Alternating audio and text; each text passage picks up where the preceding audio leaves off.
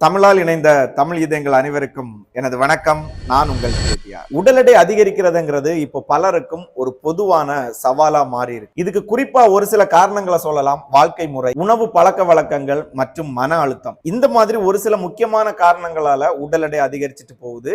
சிலருக்கு பாத்தீங்கன்னா அவங்களுடைய ஜீன்னால இருக்கலாம். இந்த மாதிரியும் சில பிரச்சனைகள் இருக்கு. அது இன்னொரு பக்கம். இதுல எல்லாரும் முக்கியமா தெரிஞ்சுக்க வேண்டிய விஷயம் என்னன்னு கேட்டீங்கன்னா, சரியான மற்றும் ஆரோக்கியமான உணவை தேர்வு செஞ்சோம்னா கண்டிப்பா உடல் எடையா ஆரோக்கியமாகவும் நிரந்தரமாகவும் குறைக்க முடியுங்கிறத ஞாபகத்துல வச்சுக்கோ. இந்த வீடியோல நம்ம பார்க்க போறது உடல் எடை குறைக்கிறதுக்கு உணவுடைய முக்கியத்துவம், எடை குறைக்கிறதுக்கு உதவக்கூடிய ஒரு சிறந்த 8 உணவுகள், எடை குறைக்கிறதுக்கு தவிர்க்க வேண்டிய உணவுகள், உடல் எடை குறைக்கிறதுக்கான உணவு பழக்கங்கள், இப்படி நம்ம ஒரு சில விஷயங்களை பார்க்க போறோம். இது கண்டிப்பா உடல் எடை குறைக்கணும்னு இருக்கிறவங்களுக்கும் இல்ல உடல் எடை குறைப்புல இப்போ இருந்துட்டு இருக்கிறவங்களுக்கும் உதவியா இருக்கும்னு நினைக்கிறேன். சோ நம்ம வீடியோக்குள்ளாடி போறதுக்கு முன்னாடி இதுவரை நீங்க நம்மளுடைய சேனலை சப்ஸ்கிரைப் பண்ணலன்னா சப்ஸ்கிரைப் பண்ணிக்கோங்க. பக்கத்துல இருக்கக்கூடிய பெல் ஐக்கானையும் கிளிக் பண்ணிக்கோங்க. வாங்க வீடியோக்குள்ளாடி போலாம். எடை குறைப்புல உணவுடைய முக்கியத்துவம் என்னங்கிறத பார்க்கலாம். உடல் எடை குறைப்புல இருக்கிறவங்களும் உடல் எடை குறைக்கணும்னு நினைக்கிறவங்களும் முதல்ல செய்யக்கூடியது என்னன்னு பாத்தீங்கன்னா, உடற்பயிற்சிக்கு மட்டும்தான் முக்கியத்துவம் கொடுப்பாங்க. ஆனா உண்மையிலே இங்க உணவுக்கு மிகப்பெரிய பங்கு உண்டு. சரியான அளவு புரதம், நார்ச்சத்து, நல்ல கொழுப்பு, நீர் உள்ள உணவுகள் உடலை திருப்தியா வச்சிருக்கிறது மட்டும் இல்லாம தேவையற்ற பசியை குறைக்கிறதுக்கும் உதவியா இருக்கும். உணவுடைய தரத்தை மாற்றி அமைக்கிறதுங்கிறது உடல் எடை குறைப்புடைய அடிப்படை வழிமுறையாகும். உதாரணத்துக்கு சொல்ல போனா சர்க்கரை அளவை குறைக்கிறது, கெட்ட கொழுப்பு அதிகமா இருக்கக்கூடிய உணவுகளை தவிர்க்கிறது, இயற்கையான உணவுகளை சேர்த்துக்கிறது உடல் எடையை மெதுவா குறைக்க ஆரம்பிக்கும். இப்போ உடல் எடையை குறைக்கக்கூடிய ஒரு 8 உணவுகளுடைய பட்டியலை பார்க்கலாம். முதலாவது பாத்தீங்கன்னா ஓட்ஸ். இது சிறந்த ஒரு நார்ச்சத்துள்ள உணவுன்னே சொல்லலாம். இது நீண்ட நேரம் பசியை கட்டுப்படுத்தி அதிகமான உணவு உண்ணும் பழக்கங்களை குறைக்கும். ஓட்ஸ் உடம்புல உள்ள கொழுப்பு அளவை குறைச்சு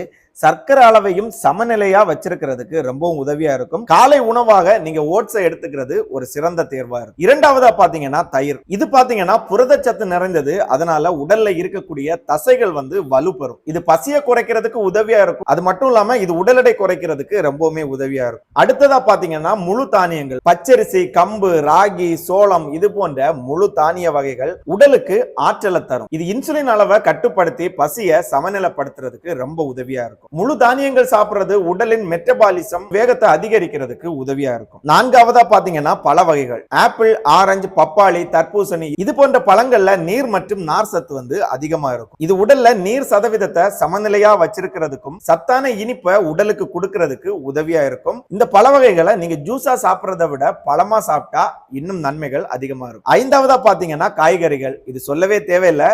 உடல் எடை குறைக்கிறதுக்கு மட்டும் இல்ல, நம்ம உடல் ஆரோக்கியமா இருக்கிறதுக்கும் இந்த காய்கறிகள் நமக்கு ரொம்பவுமே முக்கியமானது. இந்த காய்கறிகள்ல நார் சத்து அதிகமா இருக்கிறதுனால இது பசியை கட்டுப்படுத்தும். அது மட்டும் இல்லாம அதிக கேலரிகள் இருக்கக்கூடிய உணவுகள் மேல இருக்கக்கூடிய நாட்டத்தை குறைக்கிறதுக்கு இது ரொம்ப உதவியா இருக்கும். எனிவே காய்கறிகள்ங்கிறது உடல் எடை குறைக்கிறதுக்கு மட்டும் இல்ல, உடல் ஆரோக்கியத்துக்கும் ரொம்ப முக்கியம்ங்கிறத புரிஞ்சு வச்சுக்கோங்க. ஆறாவதா பாத்தீங்கன்னா பருப்பு வகைகள். பயறு, கடலை, பருப்பு, இதுல எல்லாம் பாத்தீங்கன்னா புரதம் மற்றும் நார் சத்து அதிக அளவுல இருக்கும். இதை எடுத்துக்கிறதுனால நீண்ட நேரம் பசியை தடுக்கிறதுக்கும் உதவியா இருக்கும். இது உடல்ல சர்க்கரை அளவையும் கட்டுப்படுத்தும். தினசரி உங்களுடைய உணவுல பருப்பு வகைகளை சேர்த்துக்கோங்க. ஏழாவதா பாத்தீங்கன்னா கிரீன் டீ. இது உடல்ல இருக்கக்கூடிய கொழுப்புகளை எரிக்கிறதுக்கு ரொம்பவுமே உதவியா இருக்கும். தினமும் காலை மாலைன்னு சொல்லி 2 வேளை நீங்க கிரீன் டீ எடுத்துக்கிறது உங்களுடைய உடல் எடையை குறைக்கிறதுக்கு ரொம்ப உதவியா இருக்கும். எட்டாவதா பாத்தீங்கன்னா மிக முக்கியமான விஷயம் நீர். நீர்ங்கிறது உடல் எடையை இயற்கையா கட்டுப்படுத்துறதுக்கான ஒரு வழி. உணவுக்கு முன்னாடி 1 கப் தண்ணி குடிக்கிறது உங்களுடைய பசியை கட்டுப்படுத்தும்.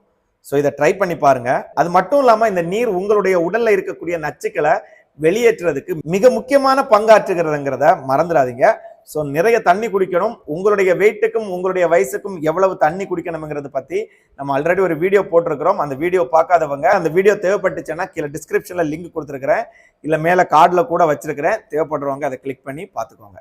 இப்போ நம்ம உடல் எடை குறைப்புல தவிர்க்க வேண்டிய உணவு என்னங்கிறத பார்த்துடலாம். அதிக சர்க்கரை இருக்கக்கூடிய பானங்கள், கோலா, பேக்கெட் ஜூஸ், அது மட்டும் இல்லாம நிறைய பேர் ஃப்ரெஷ் ஜூஸ் குடிக்கிறேன்னு சொல்லிட்டு அதுல சர்க்கரையை சேர்த்து குடிப்பாங்க. அப்படி குடிக்கிறதுனால எந்த ஒரு யூஸும் இல்லை. இதுக்கு நீங்க பேக்கெட் ஜூஸே வாங்கி குடிச்சுக்கலாம். அதனால நீங்க ஃப்ரெஷ் ஜூஸ் குடிக்கும் போதும் சர்க்கரையை கட் பண்ணிருங்க. முக்கியமா ஸ்வீட்ஸ், அதுவும் சர்க்கரை தான். கெட்ட கொழுப்பு நிறைந்த உணவுகள் உங்களுக்கு சொல்லவே தேவையில்லை. நிறைய வெரைட்டி தின்பண்டங்கள்ல எக்கச்சக்கமான கெட்ட கொழுப்புகள் இருக்கும். ஸோ அதை நீங்க தான் பார்த்து சாப்பிடணும். அப்புறம் பாத்தீங்கன்னா ஜங்க் ஃபுட். இந்த ரெண்டுமே நீங்க அவாய்ட் பண்ணிக்கோங்க. வெள்ளை அரிசி மற்றும் மைதாவால தயார் செய்யப்பட்ட உணவுகள் அதுதான் எல்லாருக்குமே முக்கியமா பிடிச்ச உணவா இருக்கும். பட் அதை உடல் எடை குறைப்புல இருக்கிறவங்க தவிர்த்து தான் ஆகணும். அடுத்து பாத்தீங்கன்னா அதிக உப்புள்ள உணவுகள், இன்னும் பாத்தீங்கன்னா டீப்பா ஃப்ரை பண்ண ஃபுட்ஸை அவாய்ட் பண்ணி தான் ஆகணும். நான் இப்போ சொன்ன இந்த லிஸ்ட்ல இருக்கக்கூடிய உணவுகள் எல்லாம் தவிர்த்துட்டு இயற்கையான உணவுகள், அதாவது அதிக நார் சத்து இருக்கக்கூடிய உணவுகளை ஆட் பண்ணீங்கன்னா உடல் எடையை ஆரோக்கியமாகவும் நிரந்தரமாகவும் குறைக்கிறதுக்கு உதவியா இருக்கும். எடை குறைக்கிறதுக்கான உணவு பழக்க வழக்கங்கள், முதல்ல உங்க வீட்டுல இருக்கக்கூடிய பெரிய பிளேட்ஸ் எல்லாம் உங்களுக்கு ஏற்ற மாதிரி சின்னதா மாத்திக்கோங்க. பவுல்ஸும் பாத்தீங்கன்னா சின்னதா மாத்திக்கோங்க.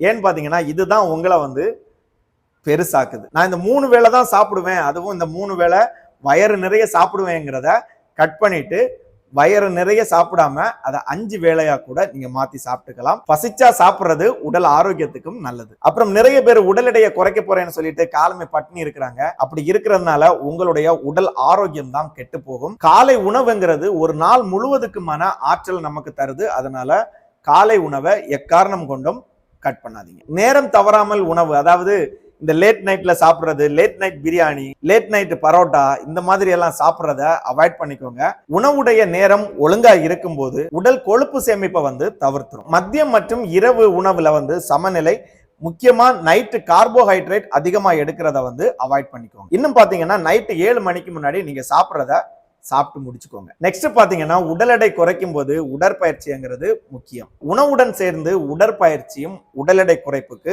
ரொம்பவுமே முக்கியம். இந்த உடற்பயிற்சி பாத்தீங்கன்னா உடல்ல கொழுப்பை கரைக்கிறதுக்கும் தசையை வலுப்படுத்துறதுக்கும் ரொம்பவுமே உதவியா இருக்கும். சோ தினமும் ஒரு 30 நிமிடத்திலிருந்து 1 மணி நேரமாவது நடைப்பயிற்சி, இல்லைன்னா சின்ன சின்ன எக்ஸசைஸ், இல்ல நம்ம சேனல்ல கூட நிறைய வீடியோக்கள் வீட்டிலே செய்யறது மாதிரி போட்டிருக்கிறோம். நான் அந்த வீடியோவை கீழே டிஸ்கிரிப்ஷன்ல கொடுக்குறேன், தேவைப்படுறவங்க பாத்துக்கோங்க. ஜிம்முக்கு போக முடியல, ஒரு ஃபிட்னஸ் சென்டருக்கு போக முடியலங்கிறவங்க இதை கூட ஃபாலோ பண்ணிக்கலாம். ஆனா குறைந்தது ஒரு 30 நிமிடத்துல இருந்து 1 மணி நேரமாவது உடற்பயிற்சி செஞ்சுக்கோங்க. நீங்க உடல் எடை குறைக்கணும்னு நினைச்சாலே மனநிலைங்கிறது ரொம்ப முக்கியம். மன அழுத்தம் இருந்தா ஹார்மோன் மாற்றங்கள் பசிய தூண்டும். இதனால நம்ம அதிகமா சாப்பிடுவோம், இதனால உடல் எடை அதிகரிக்கும். அது மட்டும் இல்லாம உடல்ல எக்கச்சக்கமான நோயையும் கொண்டு வந்துரும். அதனால மனதை முதல்ல சாந்தப்படுத்தணும். அதுக்காக தியானம், அமைதியான பாடல்கள் கேட்பது, புக்கு வாசிக்கிறது, இந்த மாதிரி ஏதோ ஒண்ணு செஞ்சு உங்களுடைய மனசை சமநிலையா வச்சுக்கோங்க. அப்புறம் நீங்க முக்கியமா தினமும் ஒரு 7 மணி நேரம் கண்டிப்பா தூங்கணும். நல்ல ஒரு தூக்கம்ங்கிறது உடல் எடை குறைக்கிறதுக்கு ரொம்ப உதவியா இருக்கும். அது மட்டும் இல்லாம உங்களுடைய மனதையும் ஆரோக்கியமா வச்சிருக்கிறதுக்கு இது உதவியா இருக்கும். உடல் எடை குறைக்கிறதுனால நம்ம ஸ்டைலா மாறுவோங்கிறது மட்டும் இல்ல, இதனால எக்கச்சக்க நன்மைகள் இருக்கு. அதையும் கொஞ்சம் தெரிஞ்சுக்கோங்க. சோ நான் சொன்ன மாதிரி உணவு, உடற்பயிற்சி, மனநலம், நல்ல தூக்கம், இந்த 4ம் பாத்தீங்கன்னா உங்களுடைய உடல் எடையை ஆரோக்கியமா குறைக்கிறதுக்கு உதவியா இருக்கும். இப்போ நீங்க உணவுல இந்த சிறிய மாற்றங்களை கொண்டு உங்களுடைய உடல்ல பெரிய மாற்றங்களை ஏற்படுத்துங்க. மீண்டும் ஒரு வீடியோவில் சந்திப்போம். அதுவரை உங்களிடமிருந்து விடைபெறுவது உங்கள் கேடிஆர்.